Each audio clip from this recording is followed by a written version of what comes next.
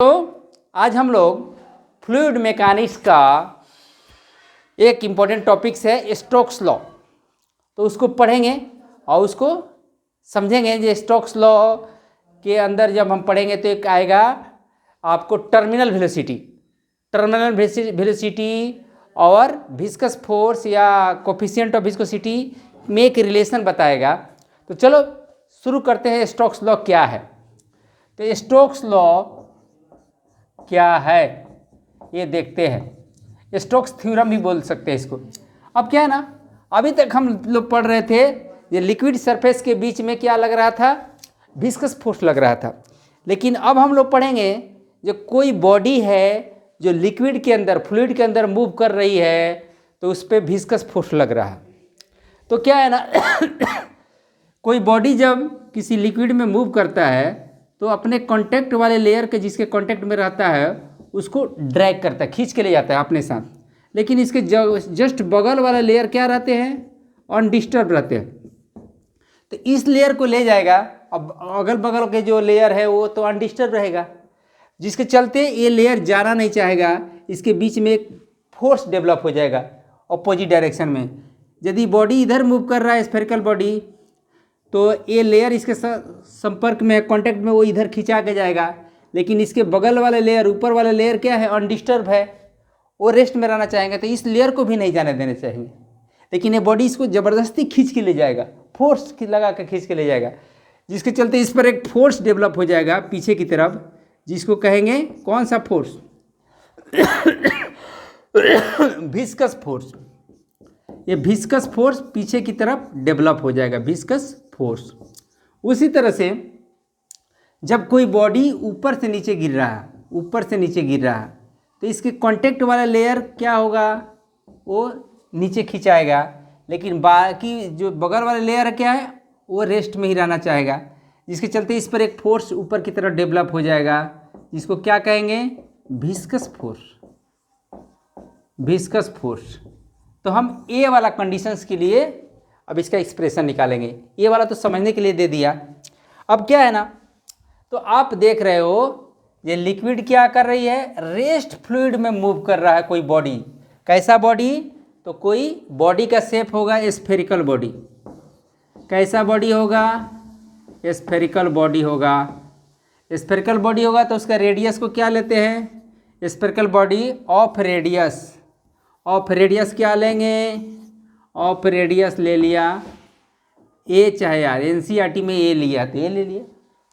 अब क्या है ना ये विस्कस फोर्स जो है ना, वो इसका एक्सप्रेशन स्टोक्स ने क्या दिया, स्टोक्स ने दिया जो विस्कस फोर्स जो लग रहा है एफ भी, वो 6 पाई ईटा आर भी। यानी जो विस्कस फोर्स होगा वो नेचर ऑफ द फ्लूइड पर डिपेंड करेगा, जो उसकी कोफिशिएंट ऑफ विस्कोसिटी कितना है। और दूसरी बात, ये जो बॉडी लिक्विड में फ्लो कर रहा है उसकी रेडियस कितना है। यहाँ ये लिखे हैं तो रेडियस को ये ही लिख देता हूँ। और किस वेलोसिटी से मूव कर रही है। जनरली क्या है ना जो सॉलिड के बीच में फ्रिक्शन होता है वो वेलोसिटी होने पर, वेलोसिटी बढ़ने के साथ उस पर ज़्यादा प्रभाव नहीं पड़ता। यदि काइनेटिक फ्रिक्शन है और वेलोसिटी को इंक्रीज कर दे तो काइनेटिक फ्रिक्शन में कोई बदलाव नहीं आएगा। लेकिन इसमें क्या है ना, विस्कस फोर्स में ये वेलोसिटी बढ़ेगा तो विस्कस फोर्स क्या हो जाएगा, इंक्रीज होगा। अब किसी फ्लूइड के लिए ईटा उसका फिक्स है, बॉडी का रेडियस फिक्स है, तो वेलोसिटी हम जितना देंगे उतना ही विस्कस फोर्स उस बॉडी पर लगेगा। तो आगे चलते हैं। जब ये बॉडी किसी फ्लूइड के अंदर फॉल कर रही है तो इस पर कौन कौन सा फोर्स सेक्शन में है। एक फोर्स लग रहा है इसका वेट mg नीचे की तरफ, दूसरा फोर्स लग रहा है विस्कस फोर्स ऊपर की तरफ, Fb ऊपर की तरफ, थोड़ा बढ़िया से लिख देता हूँ, Fb ऊपर की तरफ। और एक बायोंड फोर्स लगेगा। वो बायोंड फोर्स किधर लगेगा, ये बायोंड फोर्स लगेगा ऊपर की तरफ, BUO बायोंड फोर्स या थ्रस्ट ऊपर की तरफ लगेगा। अब एक ऐसी स्थिति आएगी जब बॉडी पूरी तरह से लिक्विड में डूबी है तो बायोंड फोर्स भी फिक्स हो गया, वेट भी फिक्स हो गया, लेकिन विस्कस फोर्स क्या है, फिक्स नहीं हुआ। जितना वेलोसिटी बढ़ रही है विस्कस फोर्स भी बढ़ रहा। तो एक इक्विलिब्रियम की कंडीशन से आएगा, जो डाउनवर्ड फोर्स अपवर्ड फोर्स दोनों क्या हो जाएगा, बैलेंस हो गया। अरे विस्कस फोर्स ऊपर की तरफ लगेगा, ठीक है।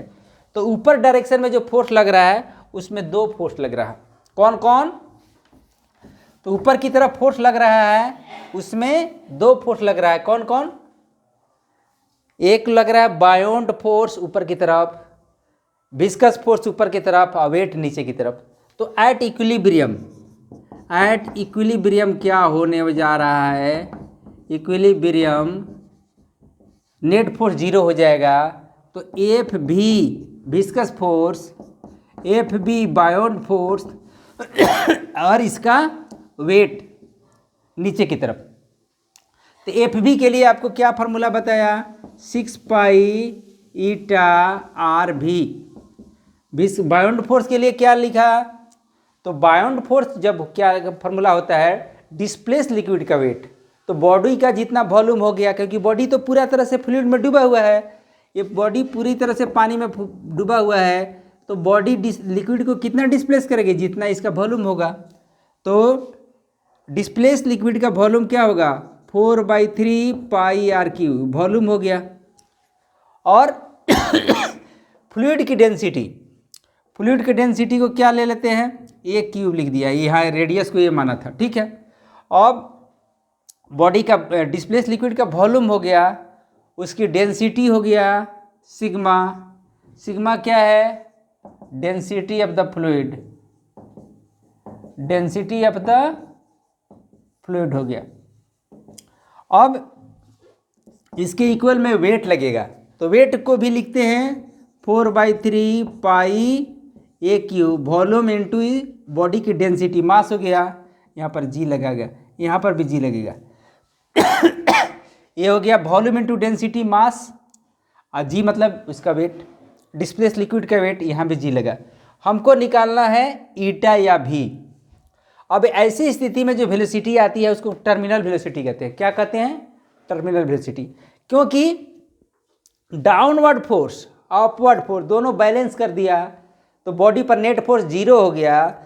तो नेट फोर्स जब जीरो हो जाता है तो न्यूटन ने क्या बोला, जब बॉडी या तो स्ट्रेट लाइन में यूनिफॉर्म वेलोसिटी से मूव करेगी या तो रेस्ट में रहेगी। तो बॉडी वेलोसिटी से मूव कर रही है तो कैसा वेलोसिटी होगा, यूनिफॉर्म वेलोसिटी होगा।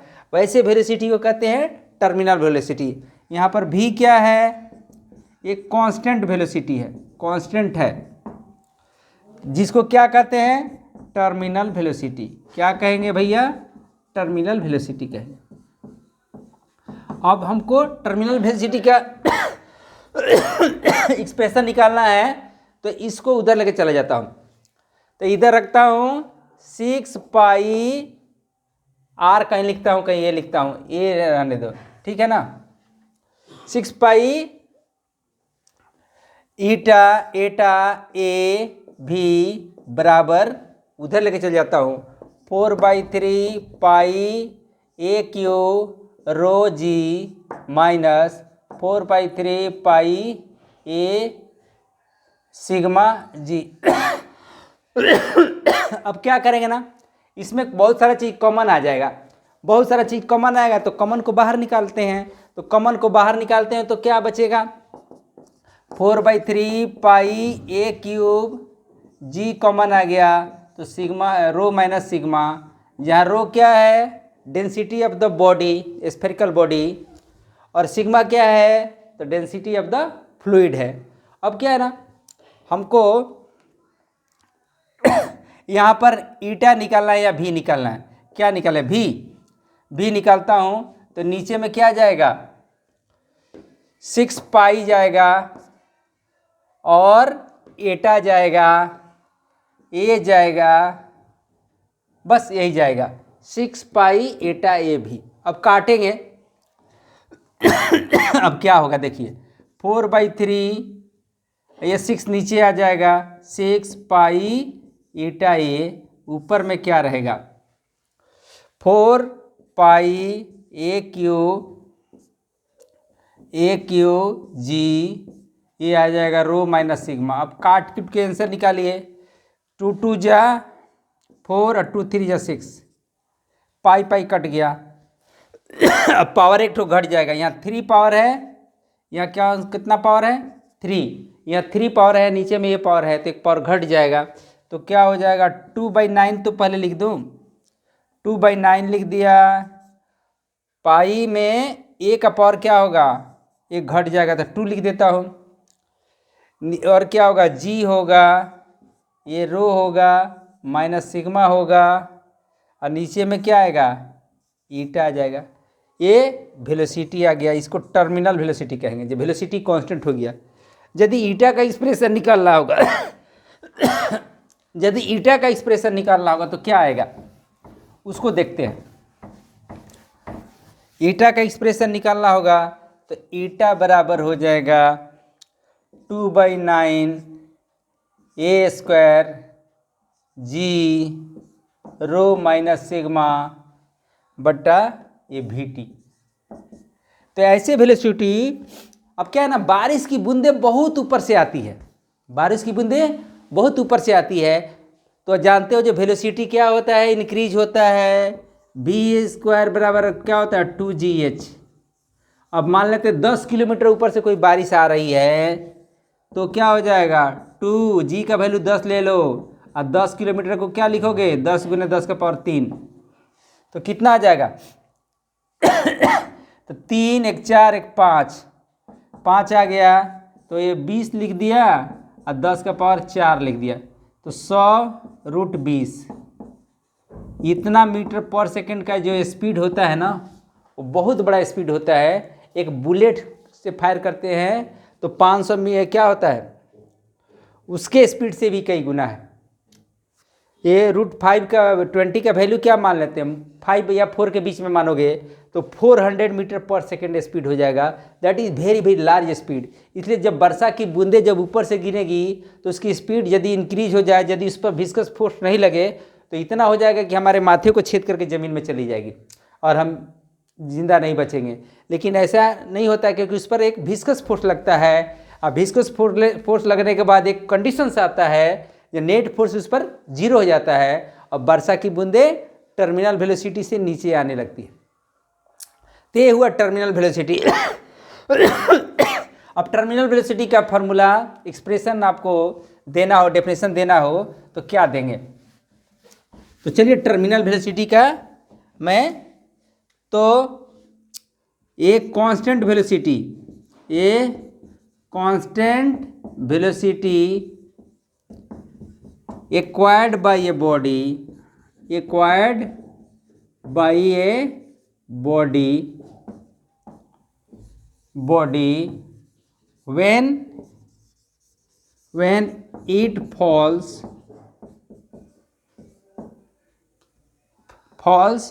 through a fluid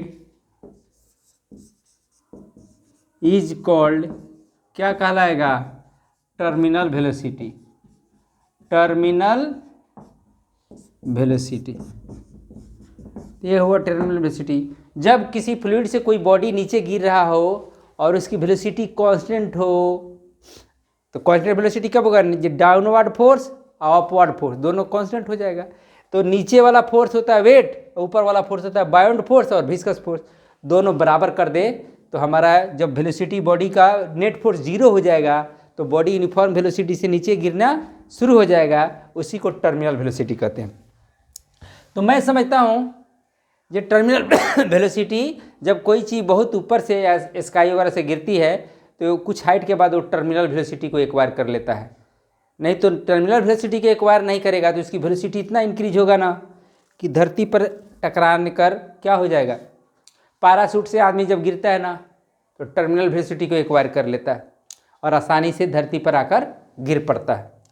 तो चलिए ये बातें आपको समझ में आ गई कि टर्मिनल वेलोसिटी क्या है और बॉडी का जब कोफिशिएंट ऑफ विस्कोसिटी कैसे निकाल सकते हैं इस माध्यम से भी। तो स्टोक्स लॉ ने ये दिया relation between bound force, viscous force और ग्रेविटेशनल फोर्स, तीनों का रिजल्टेंट दिया, जिससे हम किसी बॉडी का टर्मिनल वेलोसिटी निकाल सकते हैं, किसी लिक्विड का क्या निकाल सकते हैं, कोफिशिएंट ऑफ विस्कोसिटी निकाल सकते हैं। तो मैं समझता हूँ कि ये बातें आपको बहुत अच्छी तरह से समझ में आ गई होगी।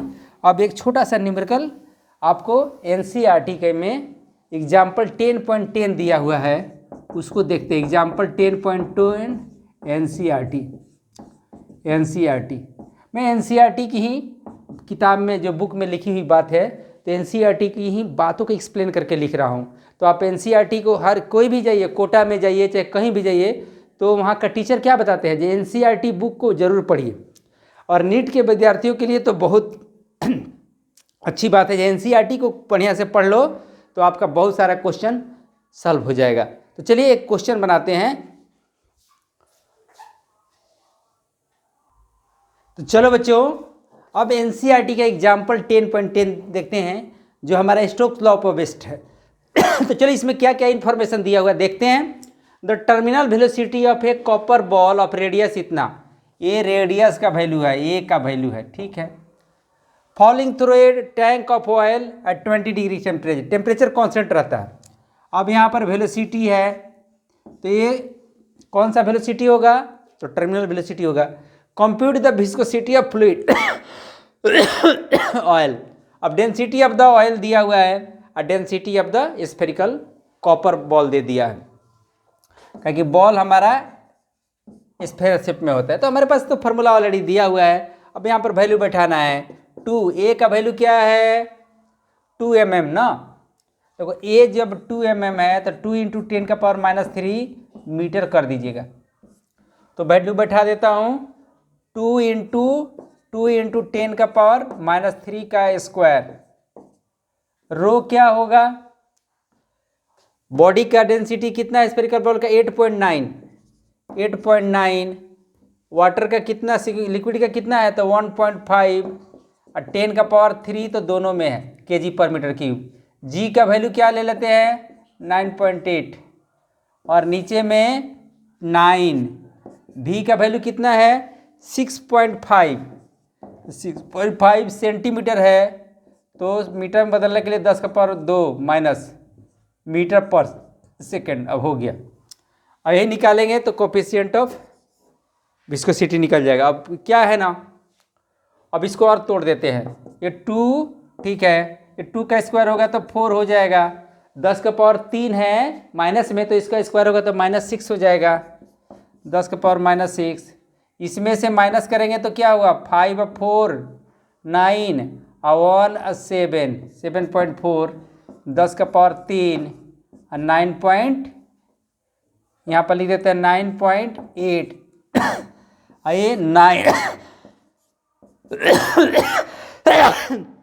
6.5, 10⁻² है ना, ऊपर जाएगा तो ये +2 हो जाएगा। अब क्या है ना, 10⁻+5 और 10⁻−6, तो क्या हो जाएगा, 10⁻- नीचे एगो 10 आ जाएगा, ठीक है। अब हमको काटना है, तो 9 में 11 9 99 होता है। तो चलो डेसिमल को हटा दिया, यहाँ से भी एक डिजिट के बाद है, यहाँ भी एक डिजिट हटा, 11 9 99, 98 तो 99, 9 6 54, 9 7 63। अब क्या होगा ना, ये 64, ठीक है, ये 9 हो गया। अब क्या करें इसको, अब 7.4 है ना यहाँ पर, ये डेसिमल तो हो गया, नीचे में एगो और 0 हो गया। अब क्या करता हूँ, 8 8 64, 4 दूना 8, 8 8 8 लिख दिया, ठीक है। अब क्या करूँगा 9 से गुना करूँगा, ये इसको डिवाइड कर देता हूँ, 8 9 72। देखिए 74 को 9 से 8 कितना से डिवाइड करेंगे, 8 से, तो 8 9 72, क्या आया 2 0, 8 दूना 16, 9.25 ना, 9.25। अब इसको हम मल्टीप्लाई करेंगे, 9.25 × 9, 10⁻−2, ये ना हो गया। तो क्या आएगा, 9 5 45, 9 दूना 18, 4 22 और 99 81 और 81, कितना हुआ 9 5 45, 4 9 8 4 22, 7 में 2 99 81 2 83। और इसमें 10 से डेसिमल कहाँ आ गया यहाँ पर, और 100 से डिवाइड करेंगे तो यहाँ पर। तो आंसर तो थोड़ा ज़्यादा वेरी कर रहा है, थोड़ा चेक कर लेता हूँ कहाँ गलती हुई है। अब क्या है ना, यहीं से आंसर को हमको निकालना है, तो थोड़ा सा इसको हटा देते हैं, फिर से थोड़ा बढ़िया से बना देता हूँ। चलिए जल्दी से बनाता हूँ। ये 2 हो गया, 2 का पावर 4 हो गया, 10 का पावर -6 हो गया, इसमें से 5 4 9, ये 7.4, 10 का पावर 3 9.8 जी का वैल्यू, ये हुआ 9 6.5, 10 का पावर -2। तो क्या करता हूँ, 11 छक इसको काटिए 9 से, तो 11 मान लिया। डेसिमल को क्या किया, यहाँ नीचे में 10 दे दिया। अब क्या है, डेसिमल के लिए 10 ऊपर में दे दिया, ये 10 10 कट गया। अब क्या है ना, 11 हो गया, 9 11 99, 11 छक 66, 6 बार में काट दिया। अब क्या है ना, ये 2 से काट दिया तो 3 बार में कट गया। अब क्या है हमारे पास 4/3 गुने 7.4 इंटू 10 का पावर 2 है ना, तो 2 ये 2 ऊपर में 3 का पावर 5, अब 5 है 10, 10 का पावर ये 5 अब -6, इतना हो गया। तो ये हमको करना है, तो क्या आएगा, 3 से करता हूँ, 3 दूना 6, 1 देखो आएगा, 3 दूना 6, 1 4, तो 1 14 आया, तो 3 चौका 12, फिर 3 छक 18, इतना आ गया। अब क्या है ना, इसको 6 4 से गुना करता हूँ, तो 4 छक 24, 4 चौका 16 और 2 18, 4 दूना 8 9 गुने 10 का पावर 1, यानी यही रहने दीजिए। ये आपका हो गया ईटा। ईटा का क्या होता है पास्कल। ईटा का यूनिट क्या होता है वो देख लीजिए। ईटा का यूनिट होता है स्ट्रेस बाई स्ट्रेन, न्यूटन पर मीटर स्क्वायर। और ईटा का फार्मूला क्या होता है, FLAV, तो न्यूटन मीटर स्क्वायर मीटर पर सेकेंड, ये ना, तो मीटर कट गया, तो आपको इसका यूनिट लिखिएगा न्यूटन सेकेंड पर मीटर स्क्वायर। तो मैं समझता हूँ कि आपका न्यूमेरिकल भी बहुत बढ़िया से समझ में आ गया होगा, सिर्फ फार्मूला पर इसका वैल्यू पुट करके आंसर निकालना था।